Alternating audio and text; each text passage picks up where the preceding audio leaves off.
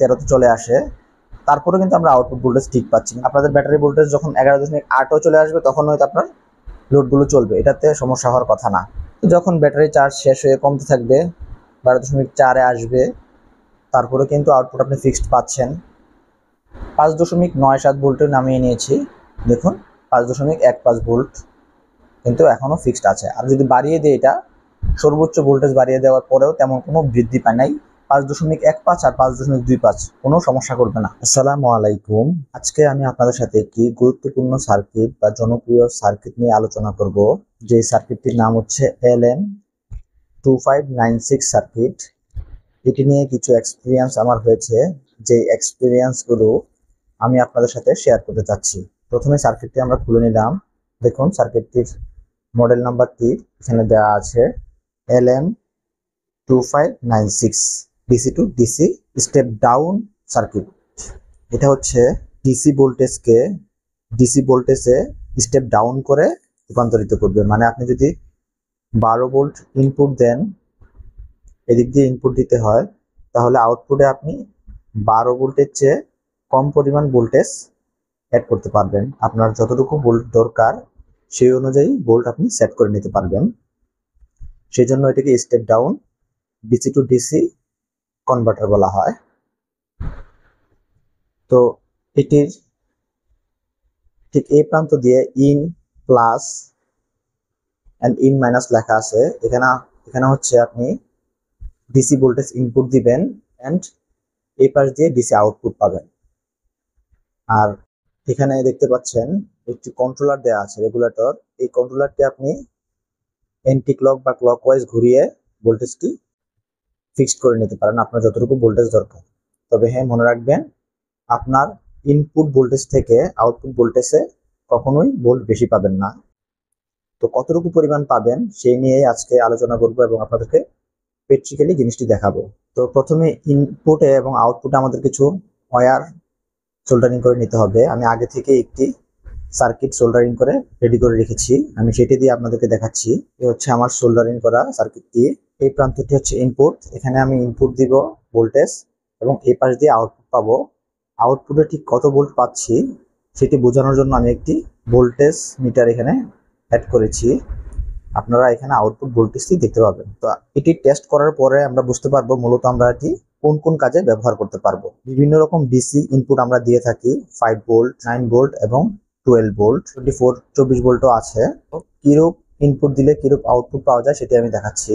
Voltage input দেওয়ার জন্য আমি এখানে একটি ভোল্টেজ রেগুলেটর ব্যবহার করছি। আর নর্মালি এখানে বিভিন্ন রকম সেল দিয়ে আমরা যদি ইনপুট দিই আপনাদের বুঝতে এটি অসুবিধা হবে, অথবা আমার মন মতো ভোল্টেজ এখানে আমি ইনপুট দিতে পারবো না। কিন্তু এই রেগুলেটরের মাধ্যমে আমি আমার মন মতো ভোল্টেজ এখানে ইনপুট দিতে পারবো।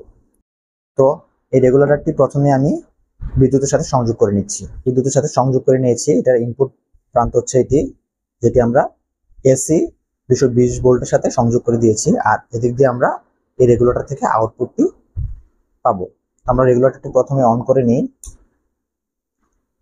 অন করা মাত্র এখানে 4.56 সর্বনিম্ন এই ভোল্টেজটি শো করছে।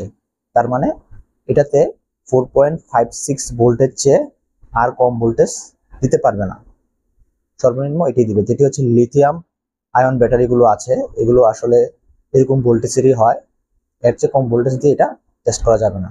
এরপরে আমরা এটা যদি বাড়িয়ে দিই, ক্লকওয়াইজ ঘোরাই মানে ঘড়ির কাঁটার দিকে, তাহলে ভোল্টেজটি আস্তে আস্তে বৃদ্ধি পাবে। তো সর্বোচ্চ ঘোরানোর পর আমরা সর্বোচ্চ ভোল্টেজ পেলাম 24.6 ভোল্ট, যার উপরে এটি আউটপুট দিতে সক্ষম নয়। আর এটি হচ্ছে 5 এম্পিয়ার পর্যন্ত এটি আউটপুট দিয়ে থাকে, এর বেশি এটাতে আউটপুট পাওয়া যাবে না। মোটামুটি কাজ চালানোর জন্য এটি যথেষ্ট। তো আমরা এই আউটপুটে পাচ্ছি এখন 24.6 ভোল্ট। আমরা এই ভোল্টটি এখানে ইনপুট দিচ্ছি আমাদের এই সার্কিটটিতে।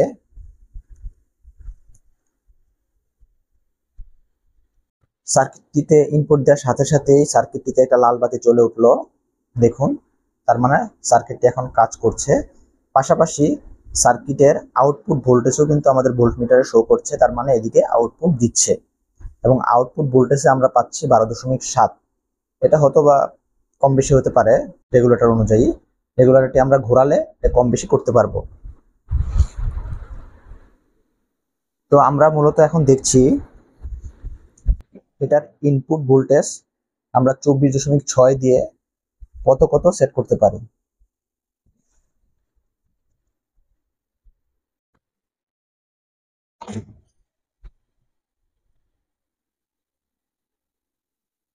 আমি রেগুলেটরটি আস্তে আস্তে এন্টি ক্লক মানে এদিকে ঘোরাচ্ছি, ঘড়ি কাঁটার বিপরীত দিকে, যার ফলে আউটপুট ভোল্টেজটি আস্তে আস্তে কমে আসছে।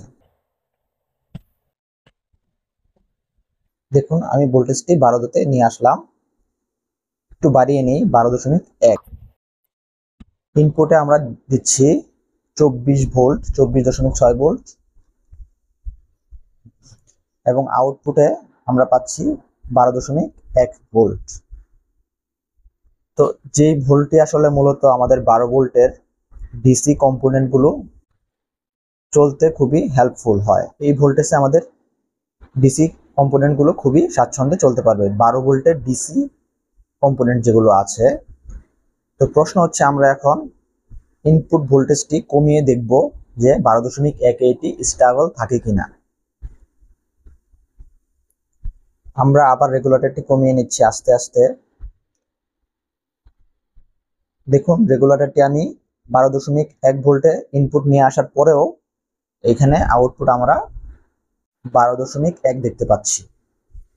আমি যদি আরেকটু কমিয়ে নিই, 13.5-এ নিয়ে আসছি, তারপরেও দেখুন এখানে আউটপুট 12.1ই দেখাচ্ছে, তার মানে খুবই স্টেবল দেখাচ্ছে। ভোল্টেজ আরো কমিয়ে দিচ্ছি। দেখুন ভোল্টেজ যখন আমরা 12.7-এ নিয়ে এসেছি তখন কিন্তু এটার ভোল্টেজটা একটু কমে গিয়েছে, 0.2 কমে গিয়েছে। তো মূলত হচ্ছে এটি বিরক্তির কারণ যারা সোলার সিস্টেম থেকে এই ধরনের সার্কিট ব্যবহার করতে চাচ্ছেন তাদের এটা বিপজ্জনক। কারণ অনেকে সোলার কন্ট্রোলার ব্যবহার করেন না বা ভালো মানের সোলার কন্ট্রোলার ব্যবহার করেন না, যার ফলে সোলারে কিন্তু দিনের বেলায় 17-18 ভোল্টেজ দেখায় বা 20ও দেখায়, যেগুলো 12 ভোল্টের সোলার প্যানেল আছে, কিন্তু রাতে কিন্তু যখন সূর্য চলে যায় তখন কিন্তু ভোল্টেজ কমতে কমতে ব্যাটারি ফুল ভোল্টেজ যত থাকবে তত চলে আসে 13.1 বা 13তে চলে আসে। তারপরে কিন্তু আমরা আউটপুট ভোল্টেজ ঠিক পাচ্ছি, কিন্তু সমস্যা হচ্ছে যখন আমরা ব্যাটারিতে লোড দিই তখন কিন্তু এটার ফুল ভোল্টেজ থাকা অবস্থায় লোড দিলেও 12.8 দেখাবে, এর বেশি কিন্তু আমাদের লিড এসিড ব্যাটারিগুলো সাধারণত দেখায় না। কিন্তু আমি যখন এখানে 12.8-এ নিয়ে আসছি, 7, 8 বা 9 নিয়ে আসছি, তখন কিন্তু এটাতে সরাসরি 12 দেখাচ্ছে সমান। তো লোড দিলে হয়তো এটা আরেকটু কমে যাবে। আমরা একটা লোড হিসেবে সিসি ক্যামেরা ব্যবহার করে দেখি কি হয়। এটা হচ্ছে 12 ভোল্টের একটি সিসি ক্যামেরা। আমরা এটাকে এখন একটু লোড দিয়ে দেখি কি হয়। ইনপুটে লোড দিলাম, আমি মোবাইলের ফ্ল্যাশটা একটু অফ করে নিয়েছি, যার ফলে আপনারা দেখতে পাচ্ছেন লেজার লাইটগুলো কিন্তু জ্বলছে, তার মানে এটা চলছে। কিন্তু প্রশ্ন হচ্ছে আমরা যখন ফুল ভোল্টেজে এখানে 13 দিয়ে দেখাচ্ছি, যখন ব্যাটারি আস্তে আস্তে ভোল্টেজ ডাউন হয়ে আসবে তখন কিন্তু 12-র নিচেও অনেক সময় নেমে যায়। তো 12-র নিচে না ধরলাম, আমরা যদি 12.1 বা 12.2-এ আমাদের ভোল্টেজগুলো আউটপুট বন্ধ করে দিতে চাই, তাও কিন্তু কমপক্ষে ব্যাটারি থেকে আমাদের 12.2 আসার পরেই বন্ধ করি মূলত লোডগুলো। তো 12.2-এ যখন চলে আসি আমরা,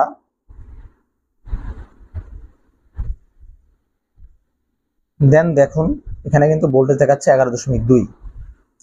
তার মানে ইনপুট ভোল্টেজের সাথে আউটপুট ভোল্টেজের ব্যবধান কিন্তু 0.8, প্রায় 1 ভোল্টের কাছাকাছি হয়ে যাচ্ছে, প্রায় 1 ভোল্ট কাছাকাছি। 1 ভোল্টের চেয়ে হয়তো 0.2 কম, 2.2 পয়েন্ট কম আছে, কিন্তু প্রায় 1 ভোল্ট ব্যবধান। 0.1 ইনপুট দিয়েছি, আমি এখানে বরাবর 12 দেখতে চাই, এটা কিন্তু সম্ভব নয়। আমি একটু রেগুলারটি ডানে ঘুরিয়ে আপনাদের একটু প্রুফ দেখাচ্ছি। আমি একটু ঘড়ির কাঁটার দিকে ঘোরাচ্ছি, দেখি বাড়ানো যায় কিনা। আমরা চেষ্টা করলেও কিন্তু আর বাড়াতে পারছি না। আমি দেখুন আমি ঘোরাচ্ছি কিন্তু এটা বাড়ছে না। 12.1 এখানে ইনপুট দেওয়াতে এটা সর্বোচ্চ আউটপুট পাবো 11.2, এর বেশি আমি পাবো না। হ্যাঁ, আরো বেশি পেতে হলে আমাদের ইনপুট বাড়াতে হবে। দেখুন আমি ইনপুট বাড়াচ্ছি, দেন এটা বাড়ছে, ইনপুট যত বাড়াচ্ছে আরো বাড়ছে, 13, 14, 15 পাবো আমরা। এখন আমরা রেগুলেটর ঘোরালে পাবো, কারণ এখানে ইনপুট বেশি দিচ্ছি আমরা।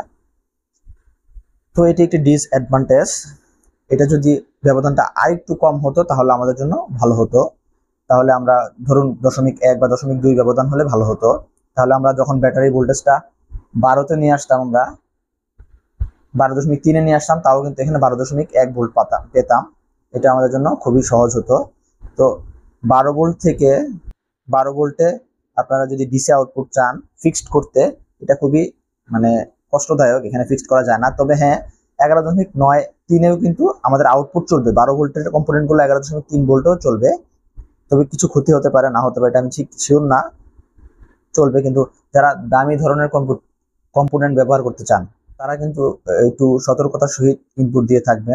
তো সেই জন্য তাদের জন্য আমি এই সার্কিটটি সাপোর্ট করি না। তবে যাদের রাউটার বা অন্যগুলো আছে একটু কম দামি 1200 বা 1500 টাকার ভিতরে, তাদের তেমন বেশি সমস্যা হওয়ার কথা না, ভয় থাকার কথা না। কিন্তু আমি পার্সোনালি মেশ রাউটার ইউজ করি, যেগুলো খুবই দামি হয়ে থাকে। একটা রাউটার প্রায় 5000 টাকা।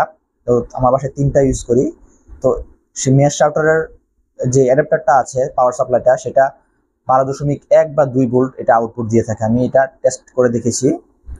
তো আমি চাচ্ছিলাম ওই অনুযায়ী ফিক্স রাখার জন্য, সোলার প্যানেল থেকে আমি ওই রকম আউটপুট পাওয়ার জন্য, কিন্তু এটা আমি আসলে এই সার্কিট দিয়ে পাচ্ছি না।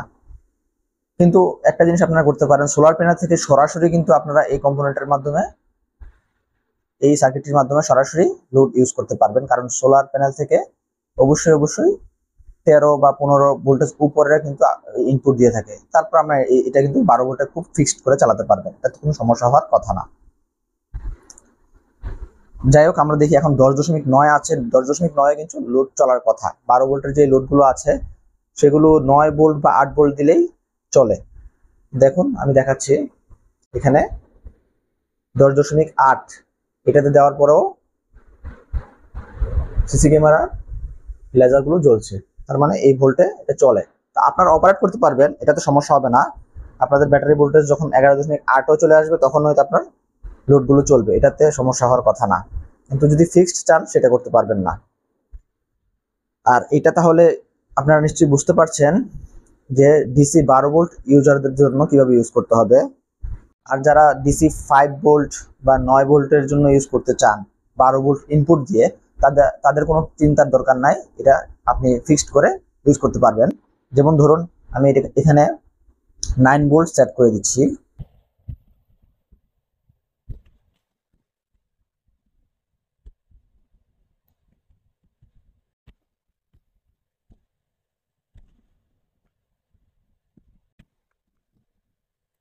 এখানে আমি আউটপুট ডিসি দিয়েছি 9.1 ভোল্ট। যাই হোক, 9 ভোল্ট বা 9.1 ভোল্ট এটা তেমন কোনো পার্থক্য নয়। তো এইটা আমি আউটপুট চাই 12 ভোল্ট ইনপুট থেকে। দেখুন আমি এখানে 12.8 দিয়েছি, এটা সুন্দর ফিক্সড আছে। এটা হচ্ছে ব্যাটারি ফুল চার্জ অবস্থায় কিন্তু আপনারা এই ভোল্টেজটা পেয়ে থাকবেন লিড অ্যাসিড ব্যাটারিগুলোতে।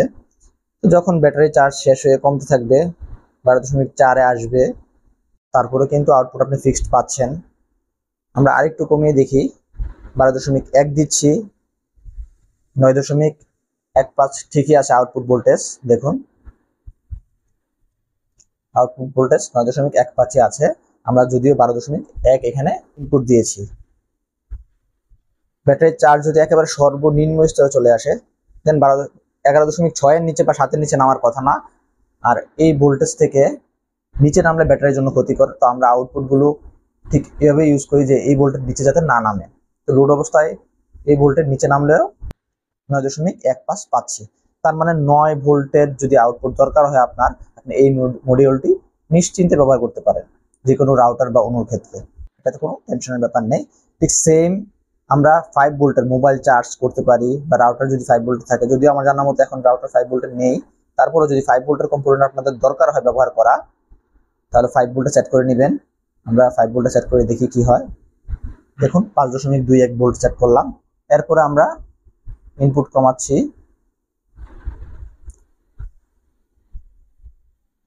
ইনপুট নিশ্চয়ই আপনার 8-এ নামবে না, 8 ভোল্টের কোনো আমাদের আসলে ব্যাটারি নেই।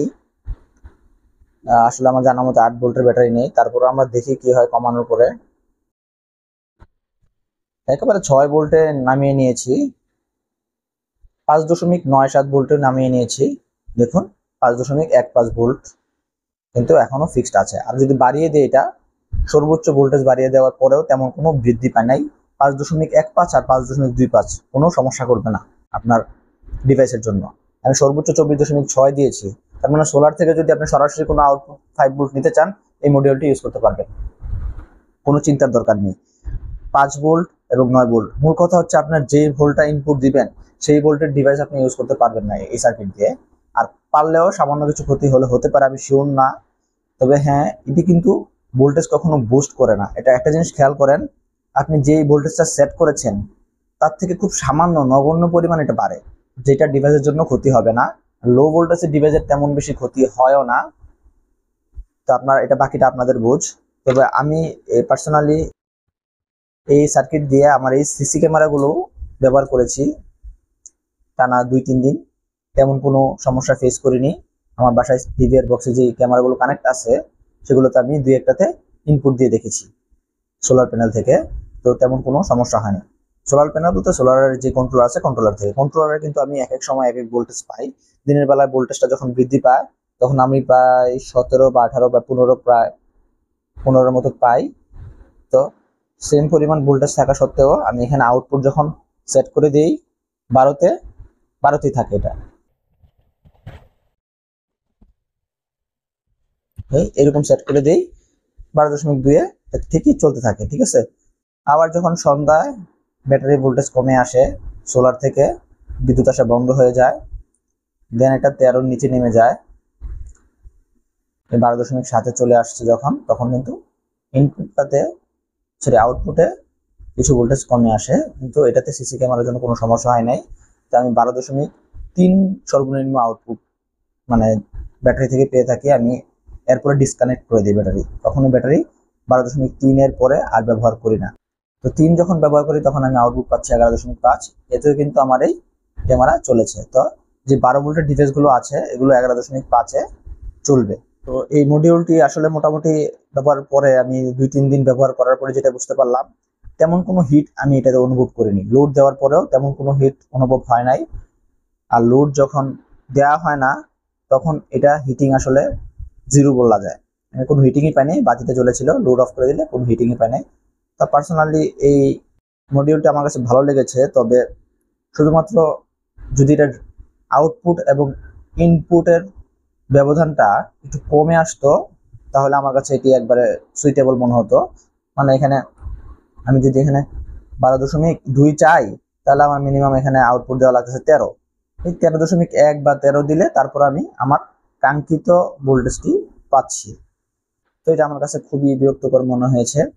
আমি যদি এখান থেকে 13 দিয়েছি, আমি যদি 12.8 পর্যন্ত নিতে পারতাম আউটপুট ভোল্টেজটা, তাহলে আমার কাছে এটি সব দিক দিয়ে সুইটেবল মনে হতো, যে কোনো ডিভাইসের জন্য আমার নিরাপদ মনে হতো। তো এটার ভোল্টেজটা একটু কমে আসে, এই জন্য আমি পার্সোনালি এই ডিভাইসটা ইউজ করছি না। আপনারা চাইলে করতে পারেন, কম দামি ডিভাইস হলে করতে পারেন। তো এর পরবর্তীতে আমি অন্য কোনো ডিভাইস বের করতে পারি কিনা দেখি, যেটাতে আমি আমার ইচ্ছে মতো ভোল্টেজ সেট করতে পারি। তো আপনাদের জানা থাকলেও কমেন্টে জানাবেন যে ভাই আপনি এই ডিভাইসটা ইউজ করতে পারেন বা এই সার্কিটটি ইউজ করতে পারেন, যে সার্কিটটি দিয়ে আপনি আপনার কাঙ্ক্ষিত ফিক্সড ভোল্টেজটি আউটপুট পাবেন। তো এই হচ্ছে আপনাদের এই জনপ্রিয় মডিউল বা সার্কিট বলতে পারেন LM2596, এটির ফলাফল। যে যে সমস্যাগুলো ফেস করেছে আপনাদেরকে বলেছি, আর এটার ভালো দিকে বলেছি। আপনাদের পছন্দ, এটা যেভাবে ইউজ করতে পারেন আপনারা।